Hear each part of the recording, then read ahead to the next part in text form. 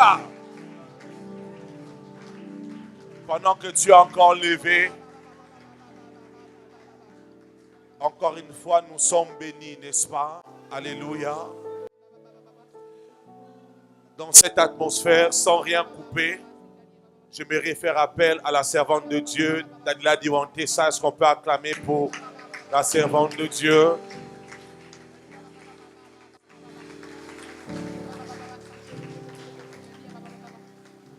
Prenez place, prenez place. Garde ce que tu respires dans ces lieux. Alléluia. Alléluia. Toujours dans cette atmosphère de prière. Dieu de gloire, je remets cet instant entre tes mains. Sois alpha et oméga. Que ton Saint-Esprit soit à l'œuvre au milieu de nous. Et que tes anges se mouvent au milieu de nous. Je remets tout esprit captif à ta seule obéissance, Dieu de gloire. Que l'honneur te revienne, que la gloire te revienne, dans le puissant nom de Jésus. Amen. Amen. Vous pouvez prendre place.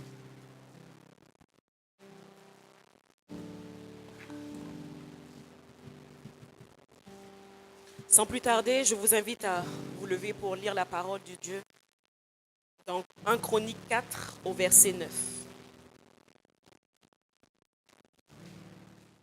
Nous nous mettons debout pour la première lecture par respect pour la présence de notre Seigneur.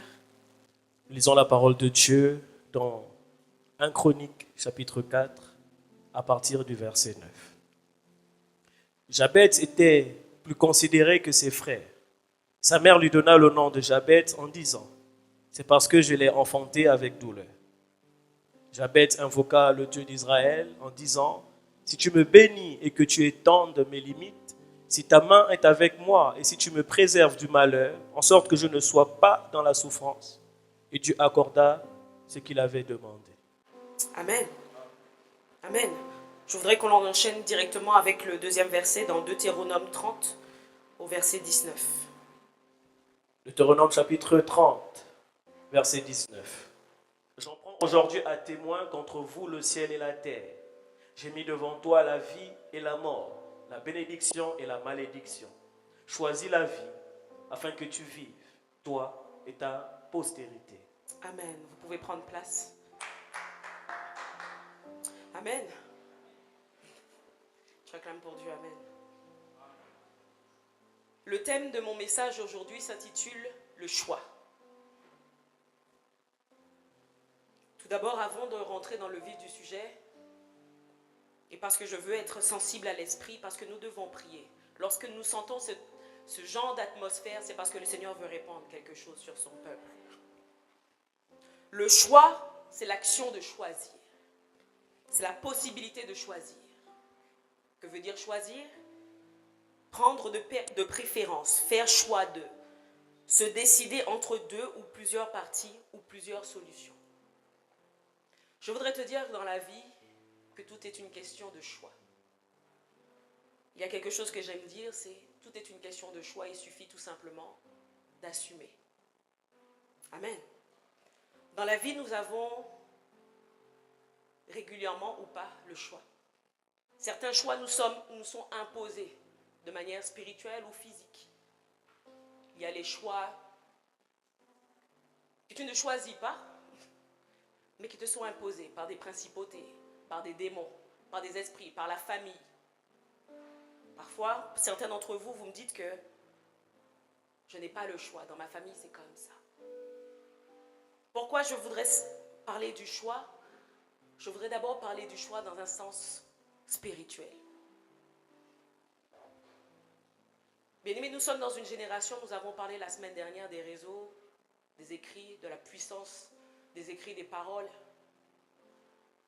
Mais tout est une question de choix. Tu as le choix de venir, de te lever le matin et d'aller au culte le dimanche. Tu as le choix ou pas de continuer tes études. Tu as le choix de faire les bons choix. Amen. Je voudrais dire également dans Romains 7 au verset 19, je vais lire pour vous, notez simplement le verset. Ce qui est bon, je le sais, n'habite pas en moi. C'est-à-dire dans ma chair, j'ai la volonté, mais non le pouvoir de faire le bien. Car je ne fais pas le bien que je veux, et je fais le mal que je ne veux pas. Et si je fais ce que je ne veux pas, ce n'est plus moi qui le fais, c'est le péché qui habite en moi. Mais j'aimerais te dire que pour faire les bons choix, il est important d'avoir les conditions nécessaires autour de toi pour faire ces choix. Il est important que tu te poses des questions sur qui marche avec toi. Quelle est l'atmosphère qui est autour de moi pour pouvoir faire ou pas les bons choix. Souvent, nos choix ne sont pas si délibérés de notre part, mais sont parfois conditionnés par notre environnement. Vous avez des jeunes hommes qui, parce qu'ils vivent dans des milieux où il y aura beaucoup de personnes musulmanes, pensent qu'ils ont fait le choix de devenir musulmans, mais c'est l'environnement qui est autour d'eux, qui les pousse à faire ce choix en pensant qu'ils sont libres. Mais l'environnement dans lequel tu te tiens conditionne tes choix. Il est important pour toi, bien-aimé, dans cette génération, de faire attention aux amis que tu choisis, qui marchent avec toi. Est-ce que c'est le choix de Dieu pour toi que tu marches avec cette personne? Est-ce que c'est le choix de Dieu que tu te diriges dans cette direction avec cette personne? Et bien souvent, nous nous sommes retrouvés à faire des choses en disant « Je ne sais pas pourquoi j'ai fait cette chose-là. » Mais parce que tu étais conditionné à le faire. J'aimerais te dire aussi que tu as le choix, par exemple, d'écouter telle ou telle musique qui va conditionner également. Vous allez voir que beaucoup de petits jeunes qui ont 13 ans font des choses pensant être libres, mais parce que toute la journée, ils l'entendent, il faut buter un tel, il faut tuer un tel, allez, il faut pendre les gens. Et ils pensent qu'il a fait le choix délibérément maintenant. J'aimerais te dire que le diable agit comme cela avec les enfants de Dieu. Souvent, nous faisons des choses qui sont préméditées, mais qui ne viennent pas de nous. La première chose que tu dois adopter comme attitude, c'est d'abord le choix dans ton esprit. Tout commence ici, dans la tête. C'est comme les délivrances. Beaucoup des fois me disent, oui, mais je ne suis pas tombée, je ne comprends pas. Ça veut dire que je ne suis pas délivrée. La plus grande délivrance se passe dans l'esprit. Lorsque tu comprends que telle chose n'est pas bonne pour toi et que tu décides d'arrêter. Une épreuve peut durer 1 jour, 1 an, 10 ans. Tout dépendra de ta compréhension de la situation et tu es sorti de l'épreuve. Amen. Tu dois d'abord t'auto-conditionner.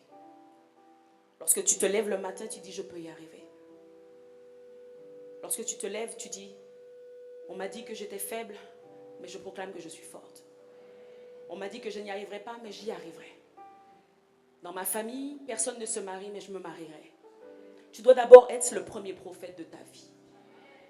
Lorsque tu décides d'être le prophète de ta vie, tu verras que les choses prendront une autre tournure. Tu ne seras plus victime des circonstances, mais tu seras ton propre prophète. Amen. C'est également la même chose pour le choix de l'époux. Ce n'est pas un choix que l'on prend à la légère. C'est une vie entière avec quelqu'un. Il est important que tu prennes le temps d'analyser la personne.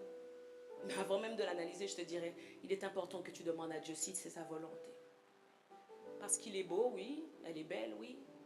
Mais est-ce qu'elle va t'aider à faire les bons choix pour ta destinée? Tu as le choix de continuer à parler comme les personnes qui t'entourent. Les wesh, les kraris. Tu as le choix de dire non. Je ne suis pas obligée de parler comme un environnement qui va me conditionner là où je vais aller postuler. Tu as le choix de faire différemment des autres. Tu as le choix pour prendre les bons choix. Dans 1 Chronique 4 au verset 9, nous voyons que Jaébet avait le nom qui voulait dire « enfanté dans la douleur ». J'attire votre attention sur le choix des prénoms que vous donnez à vos enfants. Je connais quelqu'un dans ma famille qui était fan d'un film qu'elle avait vu et je ne vais pas citer son nom, sinon elle va comprendre. Mais dans ce film, la personne a été touchée parce que l'actrice principale avait eu une vie difficile. L'actrice principale avait beaucoup souffert. Et son nom, c'était le titre du film. Elle a donné à sa fille, du coup, le nom de ce film qu'elle avait vu. Et force est de constater que sa vie ressemble à ce film que sa mère avait vu. Elle vit dans la misère, dans les difficultés, a beaucoup de peine. Un prénom, c'est un démarrage dans la vie. Il est important d'être inspiré de Dieu. Parce que c'est une empreinte sur une vie. Cependant, laisse-moi te dire qu'il n'y a aucun nom qui soit au-dessus du nom de Jésus. Si on t'avait appelé condamnation, laisse-moi te dire que Dieu est celui qui libère. Si on avait dit que toi tu échouerais, laisse-moi te dire que ton nom peut être changé au nom de Jésus. Parmi vous, certains avaient des noms de condamnation, mais ont changé leur nom. Le Seigneur est intervenu et a donné un nouveau nom.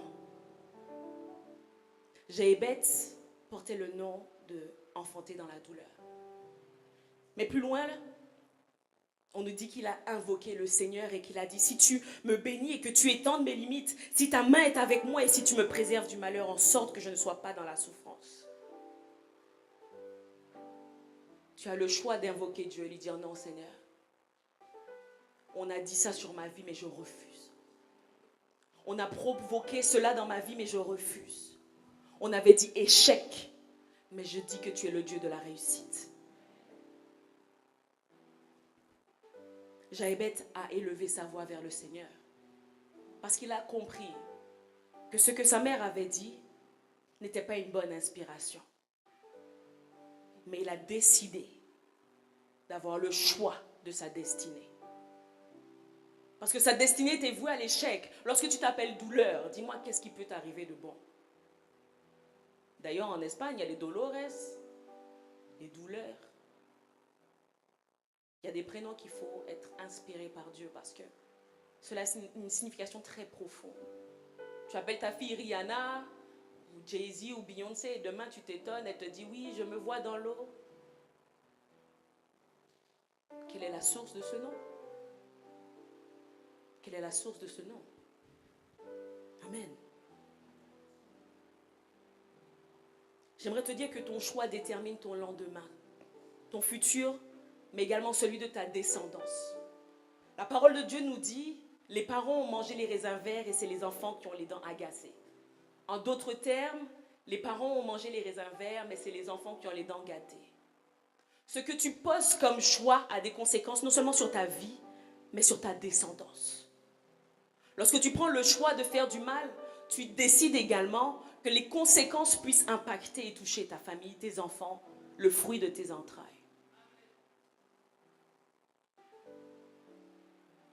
Ce que tu sèmes de bon, tu vas le voir dans ta vie, mais également dans la vie de tes enfants. Alors tes choix sont très importants. Je dirais que tes choix sont primordiaux. Parce qu'ils ne dépendent pas que de toi, mais ils dépendent de la vie de sûrement une nation.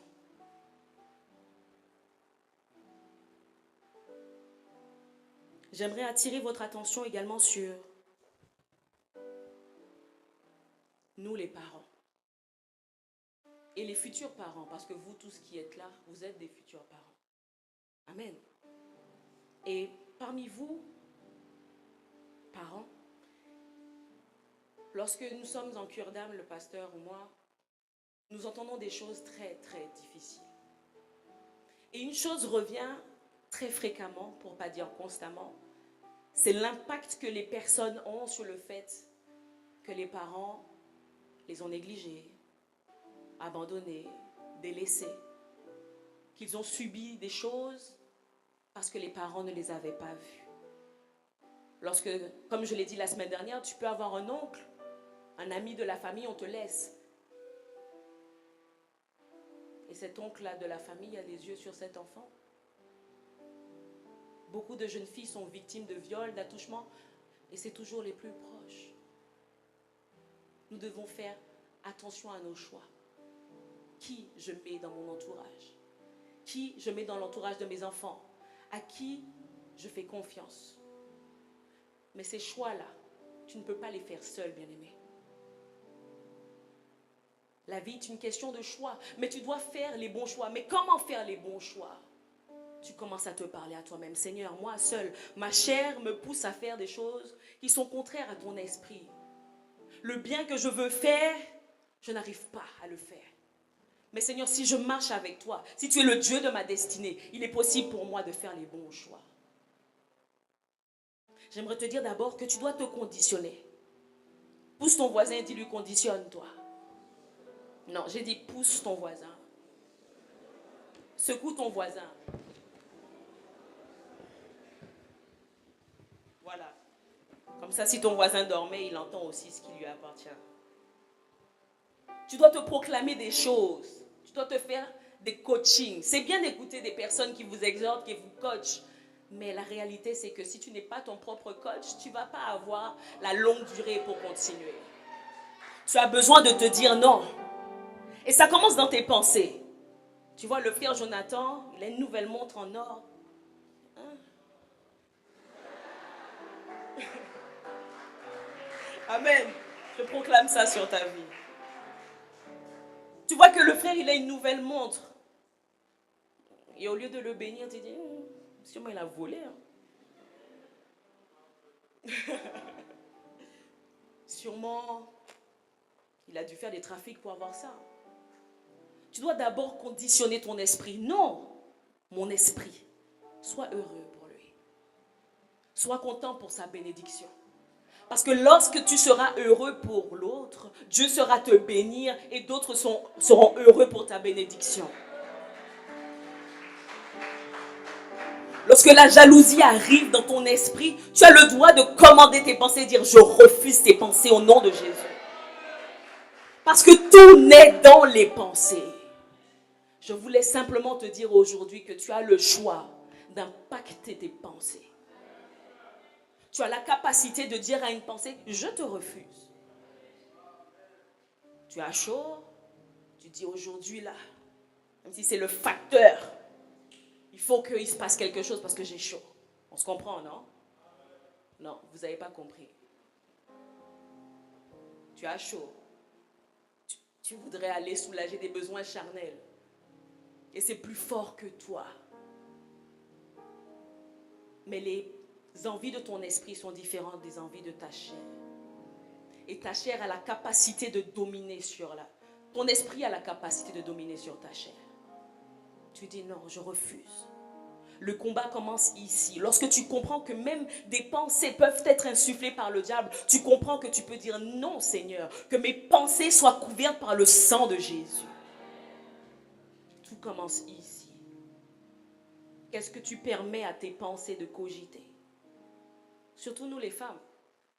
Dès que ça ne va pas, on devient diplômé en pensage. Doctorat en pensée négative. Là, s'il y avait des récompenses, on serait loin. Docteur House de la psychologie. Mais la réalité, c'est que nous avons la faculté de dominer sur notre esprit, sur nos pensées négatives et charnelles. Je suis en train de te dire que le matin, quand tu te lèves, maintenant, tu vas te donner une nouvelle habitude. Si tu veux, tu écris objectif. Amen. Je me souviens qu'avant mon mariage, j'avais mis la photo d'une grosse femme. Et puis j'avais mis une croix dessus. Et puis j'ai une photo de moi quand j'avais 16 ans. J'ai dit objectif minceur. J'ai atteint mon objectif. Parce que je le voyais dès que je me réveillais. Non, pas elle. Et donc, le fait de visualiser ton challenge, tu le rends réel. Tu t'écris à toi-même, je suis forte, je suis intelligente. Beaucoup de nos parents nous ont dit, mais tu es bête ou quoi? Hein? Osazoba. Tu n'es pas intelligente, hein? Même est-ce que tu vas rapporter le bac ici, hein? Hein? Toi, tu sors tout le temps, hein? Toi, tu es nul, tu es nul. Tu vas échouer. Va rien sortir de toi. On avait dit cela pour Jésus. On avait dit quelque chose de bon peut-il sortir de Nazareth? Et le Sauveur est sorti de là-bas. Amen. Tu dois te dire à toi-même, je fais le choix d'être meilleur. Je fais le choix d'avancer. Je fais le choix de ne pas accepter ces pensées et ces paroles qu'ont données mes parents pour devenir meilleur. Parce qu'il y a des lois qui sont liées au sang, qui sont liées au pacte. Et si toi-même tu n'es pas gardien de ta destinée, et je dirais même gardien de tes pensées, tu seras surpris de voir ce que tu es capable de faire. Pensant que tu as eu le choix, mais que ton milieu était déjà déterminé pour l'échec. Vous avez parmi vous des personnes qui ont entendu des paroles qui ont été très dures pour leur vie. Des personnes qui t'ont toujours entendu, tu ne feras rien de bon. Mais je veux te dire quelque chose, c'est que tu n'es pas venu entendre ce message pour rien. Non. Dieu a besoin de toi. Dieu a besoin que tu comprennes l'impact que tu peux avoir. Car lorsque tes pensées sont changées, tu deviens une autre personne, une autre créature. Parce que la parole de Dieu nous dit, telles sont tes pensées, tel tu es. Alors si tu as des paroles négatives, tu ne peux pas réussir. Si tu as des paroles d'échec, tu ne peux pas réussir. Mais si dans ton esprit, dès que la parole d'échec arrive, parce que le diable va venir te tester après ce message, il va te dire, elle a dit ça, et elle ne connaît pas la réalité des vies, nous on vit dehors, hein? Oh, tu as entendu ça, mais nous on se connaît, hein? Et tu as la capacité de dire non au nom de Jésus.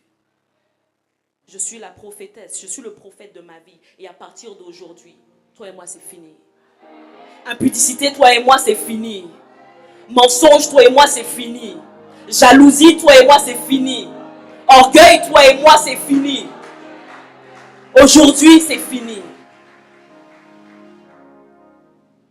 Je ne suis pas en train de te faire une théorie, je suis en train de te dire quelque chose qui est réel. Tout commence dans les pensées.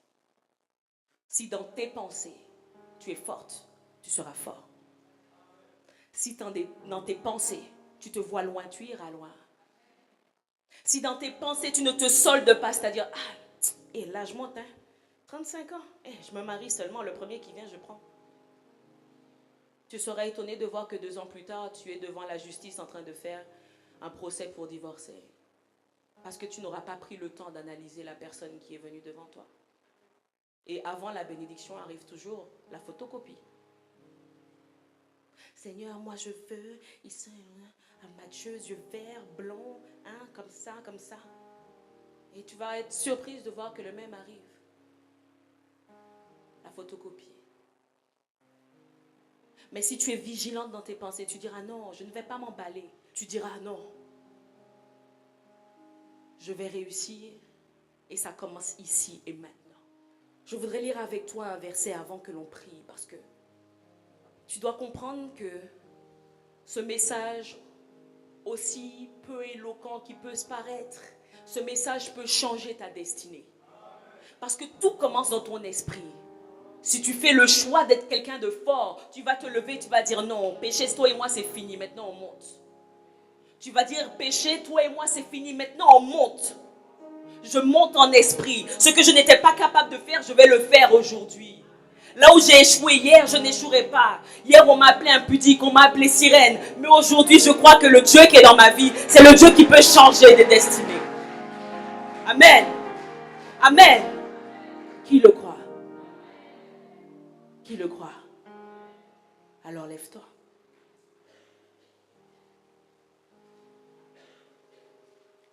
Je voudrais ensemble que l'on puisse répéter certaines choses. Tu as la clé, tu as la capacité. Vous pouvez prendre place. Amen. Alléluia.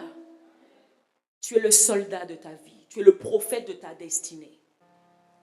Et longtemps, le diable t'a fait croire que tu n'étais rien. Longtemps, le diable t'a fait croire que tu n'étais pas important. Le diable t'a fait croire que sans toi, il était possible que les choses aillent mieux. T'as qu'à te suicider, non? De toute façon, que je sois là ou que je ne sois pas là, qu'est-ce qui va se passer de bon? Mais laisse-moi te dire qu'à Nazareth, on avait dit qu'il n'y avait rien de bon. Mais à Nazareth est sorti le plus grand, le Messie, celui qui a changé les destinées.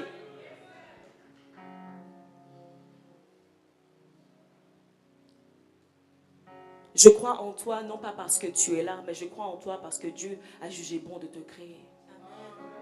Dieu a jugé bon que tu sois sur cette terre. Et en te mettant sur cette terre, il t'a donné une mission. Lorsqu'il t'a donné une mission, c'est parce que tu es important, tu es importante. Tu n'es pas n'importe qui. Répète après moi, je ne suis pas n'importe qui. Non, avec conviction, je ne suis pas n'importe qui. Je suis fort. Je suis puissante. Je suis intelligente. Je domine. Je multiplierai en moi détiennent les sources de vie. Je suis grand. Je suis fort. Alléluia. Tu vas répéter avec moi. Comme un soldat. Tu changes d'attitude, bien-aimé. Un soldat n'a pas les mains dans les poches. Un soldat n'est pas assis. Tu dois te voir face à l'armée de Dieu. Tu dois te voir avec l'armée de Dieu. Tu dois te voir avec les anges de Dieu autour de toi. Et lorsque tu lèves ta voix, tu dis Seigneur. Non, tu dis Seigneur. Seigneur. Je déclare que mes pères et leurs fautes n'ont aucune autorité sur ma vie.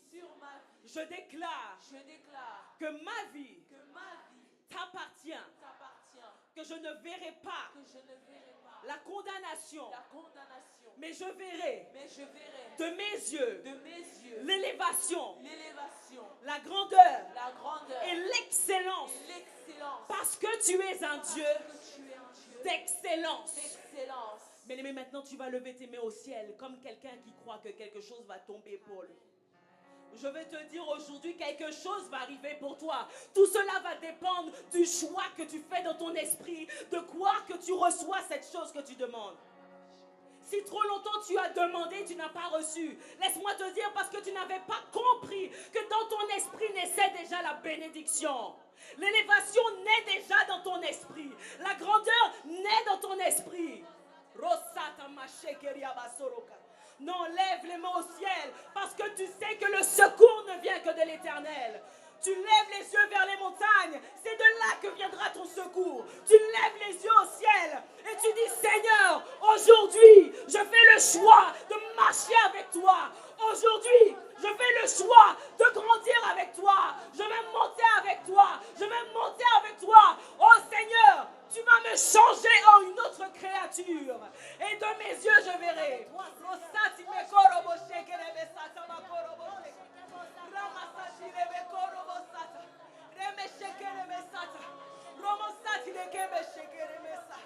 Oh Seigneur, répands sur nous un esprit nouveau, revigoré, rafraîchi par toi, rafraîchi de toi.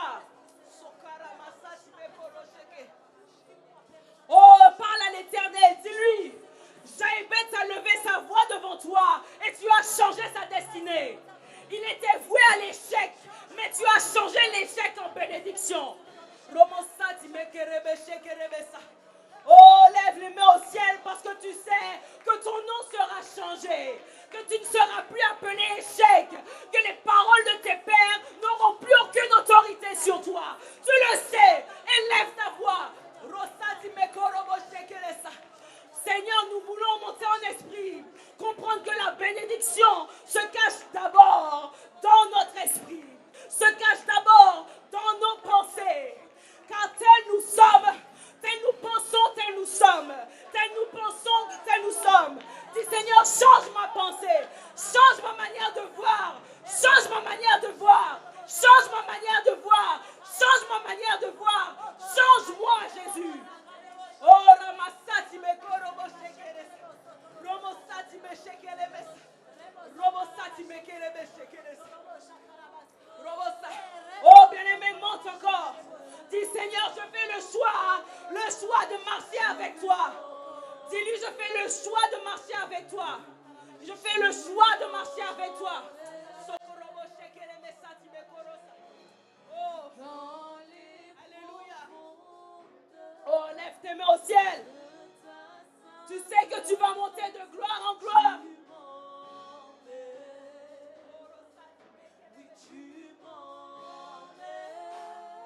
ne peux monter que de gloire en gloire. Si tu comprends.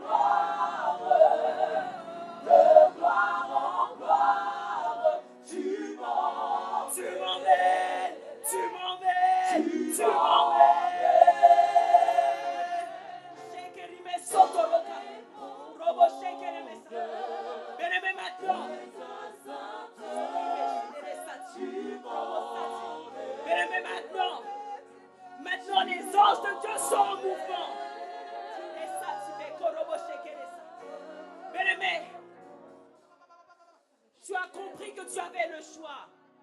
Tu as compris également que tu avais le choix de marcher différemment dans la parole de Dieu.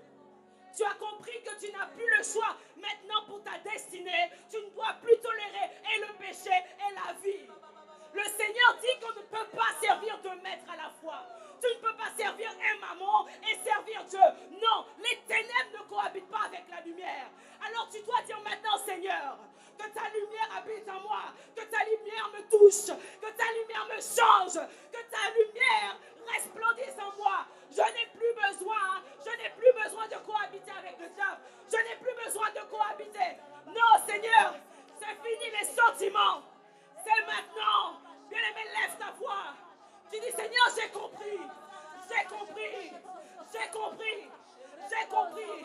Oh, longtemps j'ai marché, mais j'ai cru que j'étais avec toi. Oh, Seigneur, j'ai compris.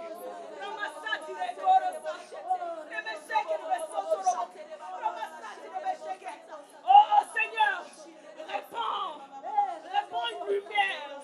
Oh, Seigneur, viens toucher maintenant. Viens toucher maintenant. Détruis les ténèbres maintenant. Remplace par la lumière. Dis, Seigneur, remplis-moi totalement de ta lumière, afin de ne plus cohabiter. Mais c'est le temps de la prière. Comprends ce que le Seigneur est en train de faire. Il remplace quelque chose dans ta vie. Là où tu avais été blessé, là où ton cœur était une porte d'entrée, le Seigneur vient remplacer maintenant ce qui était brisé dans ton cœur et le transforme par la plénitude, par la paix, par la joie. Là où tu pleurais la nuit parce que tu réfléchissais trop à ce qu'on t'avait fait de mal, laisse-moi te dire que le Seigneur change ton cœur maintenant. Le Seigneur change ton cœur maintenant. Il pense les plaies. Il pense les plaies. Oh, laisse-moi te dire que tous ceux qui avaient dit que tu allais échouer, de leurs yeux ils verront que le Dieu que tu as choisi, c'est le Dieu qui arrange, c'est le Dieu qui arrose et c'est le Dieu qui élève. Oh bien-aimé, applaudis prophétiquement parce que tu sais que le Seigneur fait. Applaudis prophétiquement. Applaudis prophétiquement.